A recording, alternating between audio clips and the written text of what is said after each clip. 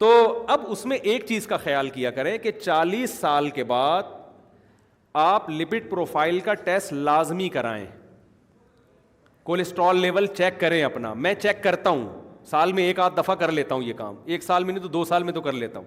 تو میری تمام رپورٹس الحمدللہ کلیئر ہیں, شوگر کی بھی اور کولیسٹرول کی بھی اللہ کے فضل سے.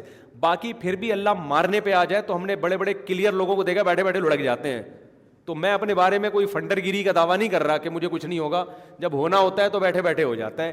اونٹ پہ بیٹھے ہوئے آدمی کو کتا کاٹ لیتا ہے. تو میں اس خوش فہمی میں نہیں ہوں کہ ہم نہیں مریں گے, ہمارے ساری رپورٹیں کلیئر ہیں, شوگر کی بھی, کولیسٹرول کی بھی, فیٹ کی بھی ایک دم اوکے کی رپورٹ ہے, تو اب کچھ بھی نہیں ہوگا. بڑے بڑے رپورٹیں کلیئر ہیں, دیکھی ہیں, رات کو سوئے صبح پولیس سے بھی نہیں اٹھا. مائیکل جیکسن کی مثال ہمارے سامنے ہے. لیکن اسباب کی حد تک تو ہم نے کام کر لیا نا. اب اگر مر بھی گئے, بیمار ہو گئے, تو یہ کس کی قدرت سے ہوں گے؟ اللہ کی قدرت سے ہوں گے, اپنی طرف سے. بھائی جو بہت وہمی بھی نہیں بنو کہ ہر وقت رپورٹیں ہی کراتے رہو بیٹھ کے. بعض لوگ وہمی ہو جاتے ہیں, ہر وقت رپورٹیں, اتنا بھی نہیں. لیکن 40 سال کے بعد اس جو غذائیں ہم لوگ کھا رہے ہیں, جس انوائرمنٹ میں ہم لوگ رہ رہے ہیں, یہاں یہ میں سمجھتا ہوں ضروری ہے کہ آپ سال میں 1 دفعہ شوگر کا اور کولیسٹرول کا, لپڈ پروفائل میں سب چیزیں آ جاتی ہیں, وہ ٹیسٹ لازمی کرا لیں. شوگر کا تو الگ سے کرانا پڑے گا. کیوں؟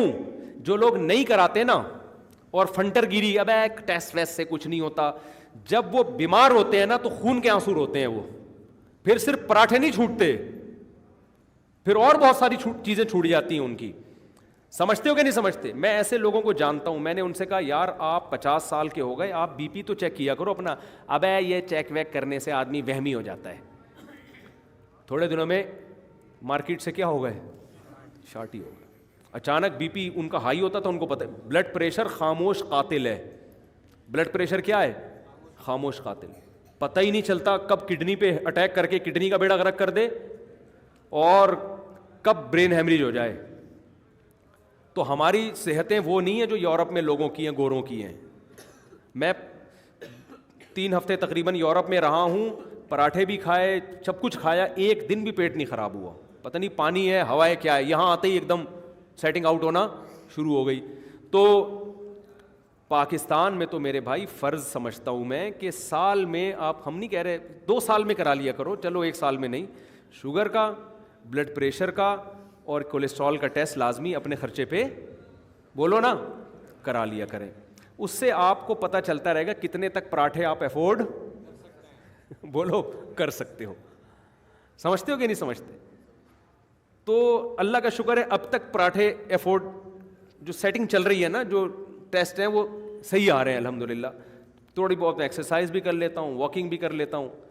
سمجھتے ہو کہ نہیں سمجھتے؟ نیند جب کمی ہو تو پھر اس کو پورا کرتا ہوں کسی طریقے سے. جیسے سفر میں نیندیں نہیں ہو رہی ہوتی ہیں, زیادہ ٹینشن ہوتی, اس کو میں پھر پورا کرتا ہوں. میں اس میں کمپرومائز نہیں کرتا.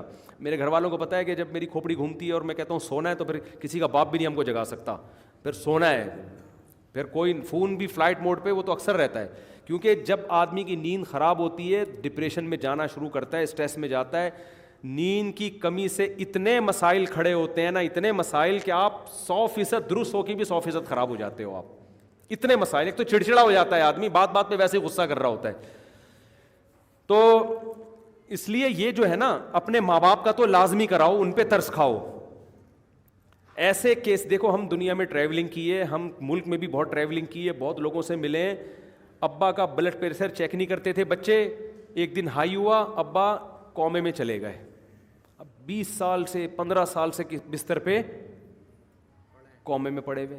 یار اس سے بہتر نہیں تھا کہ تم کر لیتے تاکہ اسی وقت کنٹرول کر لیتے اس کو. آپ ٹیسٹ کرا لو, ہو سکتا ہے شوگر ہونے والی ہو آپ کو, ابھی سے کنٹرول کر لو گے تو 10-20 سال آگے چلی جائے گی. نہیں کرا رہے آپ, کھائے جا رہے ہو, فیٹ بڑھتا جا رہا ہے. جب ہو گئی تو یہ چھوڑنے پڑیں گے لڈو. ابھی اللہ کا شکر ہے ہم رسگلے بھی کھا سکتے ہیں, لڈو بھی کھا سکتے ہیں, اور پراٹھے بھی پھوڑ سکتے ہیں. ملائی تو ابھی بھی نہیں چھوڑتا. میں گھر میں جاتا ہوں, میں ملائی نہیں چھوڑتا. ملائی تو جب بلائی آتی ہے نا اس کے اوپر, کیا زبردست منظر ہوتا ہے یار, خدا کی قسم. یورپ میں ایک واش روم میں لوٹا دیکھ کے اتنی خوشی نہیں ہوئی مجھے جتنا گھر میں ملائی دیکھ کے خوشی ہوتی ہے. حالانکہ کولیسٹرول ہے وہ فل, ڈاکٹر منع کرتے ہیں, لیکن یار ہم کیسے چھوڑ دیں یار. تو وہ ملائی ہے, اس کو چمچ سے ہم کھا جاتے ہیں, اللہ کا شکر ہے الحمدللہ.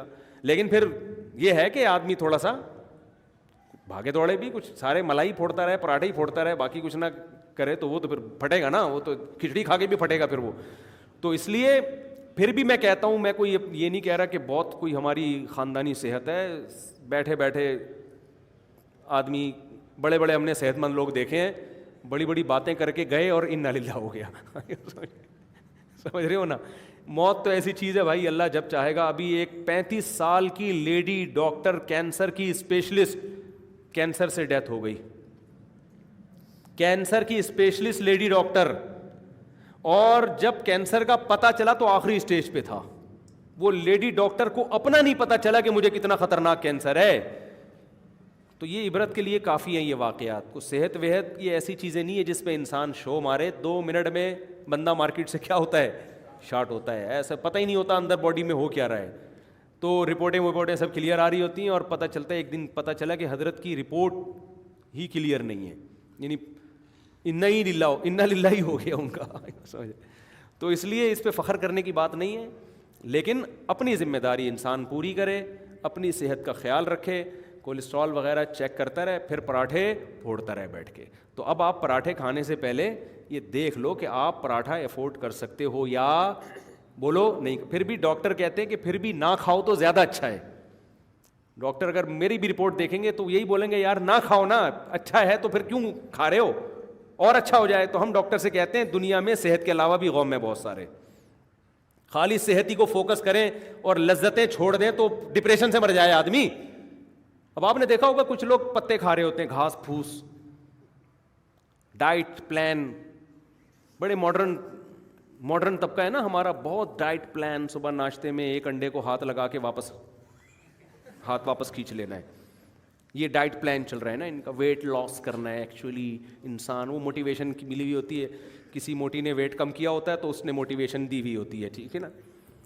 کسی موٹی جو کم ویٹ کی ہو اس کی موٹیویٹ ہونے کی وجہ سے آپ بھی اس موٹی کا ویٹ دیکھ کے اپنا ویٹ کم کرنے میں لگے ہوتے ہیں. تو وہ ایکچولی یہ پھر نا وہ یہ انڈے کو تھوڑا سا یوں گھمایا اور نمک تھوڑا سا, چینی بالکل نہیں, ٹھیک ہے نا, چینی صحیح ہے نا. تو ایسے ٹھیک ہے صحتیں ان کی بڑی خاندانی ہو جاتی ہیں, لیکن یار زندگی کا تو کیا کرنا ہے اتنا جی کے. وہی چائنا والی بات ہے, وہ گرم پانی پیتے ہیں, ٹھنڈا پیتے ہی نہیں پوری زندگی. تو ایسا بھائی ٹھنڈا پانی پی کے مر جانا یہ بہتر ہے گرم پانی پی کے زندہ رہنے سے. 4 دن کی زندگی تھوڑا سا تو انجوائے کرو لائف کو یار. تو تمیز سے بہت زیادہ وہمی بننے کی ضرورت نہیں, کیونکہ یہ صحت کا تعلق بھی میڈیکل سائنس سے اتنا نہیں ہے جتنا اللہ کی مرضی سے ہے. اس میں بھی اعتدال سے کام لو اور باقی توکل کس پہ کرو, اللہ پہ. دیکھو حدیث میں آتا ہے اجملوا فی الطلب وتوکلوا علیہ, کسی بھی چیز کو طلب کرنے میں اعتدال سے کام لو. حدیث کا مفہوم بیان کر رہا ہوں, اور باقی توکل کس پہ کرو, اللہ پہ. تو پیسہ بھی آپ بہت اسٹرگل, بہت محنت کما لو گے آپ, لیکن یہ اللہ پہ توکل کے خلاف. اعتدال سے کماؤ اور یقین رکھو اللہ نے دینا ہوگا اسی میں دے دے گا. تو اسی طرح صحت کے بارے میں بھی اعتدال سے بیلنس کر کے صحت کی فکر کرو اور توکل اللہ پہ کرو, اللہ نے صحت دینی ہوگی اسی میں دے دے گا. ورنہ بھائی 35 سال کی کینسر اسپیشلسٹ وہ کینسر سے مر رہی ہے, ہارٹ اسپیشلسٹ ہارٹ اٹیک سے مر رہا ہے, ٹھیک ہے نا, کڈنی کا اسپیشلسٹ اپنے کڈنی نہیں بچا پا رہا, تو ہمیں مشورے دے کے کیا بچائے گا وہ. تو 2-4 چیزیں, وہ تو بلڈ پریشر تو کامن ہے, اور یہ شوگر موگر یہ تو کامن ہے, یہ تو لازمی, اس کا تو فکر کرو. باقی ڈائٹ پلان بھی تمیز سے, بہت زیادہ نہیں فری کرانے کی ضرورت ڈاکٹروں کو, بلکہ سمجھدار ڈاکٹر بھی وہی کہے گا جو میں کہہ رہا ہوں, وہ بھی یہی کہے گا بھائی اتنا بھی چھوئی میں بننے کی ضرورت نہیں. اصل میں یوٹیوبرز خراب کر رہے ہیں, مسئلہ سارا ہی ہے. یوٹیوب پہ جو ڈاکٹر آ رہے ہیں نا چند ایک کے سوا, وہ بہت وہمی بنا رہے ہیں, ایسی ڈائٹ پلان بتا رہے ہیں آپ کو, اور یہ نہیں کیا تو یہ ہو جائے گا. آدمی سن کے پاگل ہو جاتا ہے, ذہنی مریض بن جاتا ہے. جیسے جو بہت زیادہ موٹیویشنل اسپیکر کو سنتے ہیں نا, وہ باولا ہونے کے علاوہ ان کو کچھ بھی حاصل نہیں ہوتا. جو بہت زیادہ موٹیویشنل اسپیکر کو سنتے ہیں نا, وہ کیا ہو جاتے ہیں, باولے سمجھتے ہیں. نہیں سمجھتے نا تو جو سنتے ہیں ان کو جا کے دیکھ لیں, تو جو ایسے ہو جاتے ہیں, کیونکہ ہر وقت موٹیویٹ, ایکچولی صبح اٹھنا, رات کو پھر جلدی, پھر وہ سکسیز اور اسٹرگل اور یہ اور وہ سن کے آدمی کیا ہو جاتا ہے. ایسے لوگوں کو میں کہتا ہوں کچھ دن کے لیے سننا چھوڑ دو, پوستیوں والی زندگی گزارو 1 ہفتہ, پوستیوں والی, صحیح ہے نا, تاکہ یہ دماغ, ہر آدمی کو نہیں میں کہہ رہا پوستیوں والی, جس کو ضرورت سے زیادہ موٹیویشن مل گئی ہے نا, سکسیس, کامیاب انسان بننے کی, دماغ پہ بھوت سوار ہو گیا ہے, اس کو میں بولتا ہوں کہ کیا کرو, ایک ہفتہ پوستیوں کی طرح لائف گزارو. سکسیس وکسیس گئی تیل لینے, کامیابی گئی تیل لینے, اب لائف کو کرو انجوائے, کوئی بات نہیں, ناکام ہو کے مر جائیں گے نا. تو ایسی کامیابی کا کیا کرنا ہے جس کامیابی سے ڈپریشن میں جانا شروع کر دے انسان, اس کی ہر وقت فکر میں. عام آدمی کو میں مشورہ نہیں دے رہا, ہم تو پہلے ہی پوستی لوگ ہیں, قوم ہماری سست ہے, کچھ نہیں کر رہی, ایسا نہ ہو آپ لوگ جا کے پڑ جائیں. میں ان کو کہہ رہا ہوں جو ہر وقت موٹیویشنل اسپیکرز کو سن سن کے ان کی کھوپڑی آؤٹ ہونا شروع ہو گئی ہے, پاگل ہو رہے ہیں وہ, تو ایب نارملٹی کی طرف چلے جاتے ہیں بعض لوگ. تو لائف تمیز سے, اعتدال سے. قرآن بار بار کہہ رہے اس امت کو ہم نے بیلنس امت بنایا, معتدل امت, اعتدال میں, ہر چیز کو بیلنس میں رکھنے میں جو مزہ ہے وہ افراط و تفریط میں نہیں. یہ پراٹھوں کی لاجک سمجھ میں آ گئی آپ کے؟ چلو اپنا خیال رکھیے گا اپنے خرچے پہ آپ لوگ. سبحانک اللہم و بحمدک، نشہد ان لا الہ الا